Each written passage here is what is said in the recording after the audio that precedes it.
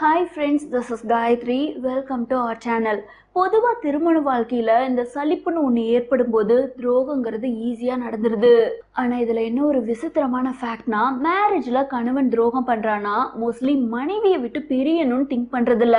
ஆனா மனைவிங்க அப்படி கிடையாது. ஒரு கிரிட்டிக்கல் பாயிண்ட ரீச் பண்ணிட்டாங்கன்னா இனிமே இது சரிப்பட்டு வராதுன்னு சொல்லி கிளம்பிடுவாங்க.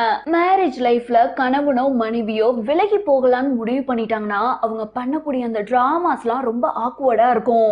வெரி ஃபர்ஸ்ட் குடும்ப நபர்களை பத்தி ரொம்ப தரக்குறைவா பேசுவாங்க.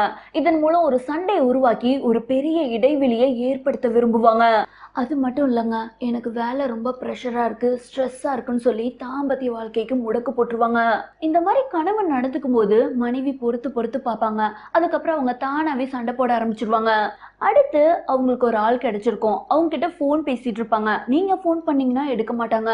இந்த ஃபோன் விவகாரம் ஃப்ரீக்வெண்டா நடக்கும் போதே நீங்க கணவரை பத்தி ஓரளவுக்கு கெஸ் பண்ணிக்கலாம். நீங்க ஒரு அவசர விஷயம்னு சொல்லி ஒரு குறுந்தகவலை அனுப்புறீங்கன்னு வச்சுப்போம். அது அவங்க ஒரு விஷயமாவே கண்டுக்க மாட்டாங்க. அடுத்து ஆரம்பத்துல இருந்த உங்கள் மீதான அக்கறை அப்படியே கிராஜுவலா குறைஞ்சு வந்துட்டே இருக்கும். என்ன காரணம்னு சொல்லி நீங்க கேட்டீங்கன்னா அதற்கு அலட்சியமாவே பதில் சொல்லுவாங்க.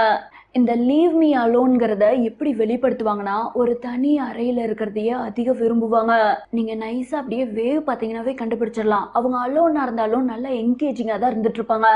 அடுத்து ரொம்ப ரொம்ப முக்கியமான ஒண்ணு, அவங்க யாரை கரெக்ட் பண்ணிட்டு இருக்காங்களோ அவங்களோட மொபைல் நம்பரை ரகசியமான மொழியில பதிஞ்சு வச்சிருப்பாங்க. இந்த விஷயத்துல மனைவிங்களை விட கணவர்கள் தான் ரொம்ப எக்ஸ்பர்ட்னு சர்வே சொல்லுது.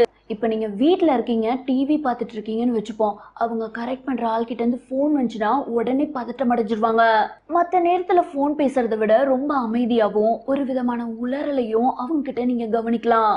இந்த டெக்னாலஜி யூஸ் பண்ணி துரோகம் பண்றவங்க தான் சமீப காலமா முன்னேறி போயிட்டு இருக்காங்க.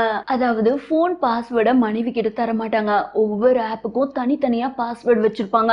அது மட்டும் இல்லைங்க, போன் பாஸ்வேர்டையும் அடிக்கடி சேஞ்ச் பண்ணிக்கிட்டே இருப்பாங்க. மனைவிக்கு பைத்தியம் தான் பிடிக்கும். நீங்க ஒரு இக்கட்டான சூழ்நிலையில இருக்கீங்க, நாலு ஆறுதலான வார்த்தையை எதிர்பார்த்து காத்திருக்கீங்கன்னா உங்களை விட்டுட்டு ஆளா ஓடுறதே இவங்களாதான் இருக்கும். அடுத்தது கணவனோ மனைவியோ ஒருத்தருக்கு ஒருத்தர் தெரியாம அவங்களுக்குன்னு தனியா பணத்தை சேமிக்க ஆரம்பிப்பாங்க. இது எதுக்குன்னா கடைசீட்ல உங்களை அம்பேல்னு தனியா விட்டுட்டு ஓடுறதுக்கு தான். ஓகே ஃப்ரெண்ட்ஸ், அவ்வளவுதான் இந்த வீடியோ. மீண்டும் ஒரு சுவாரஸ்யமான கண்டென்ட்டோட நெக்ஸ்ட் வீடியோல சந்திக்கலாம்.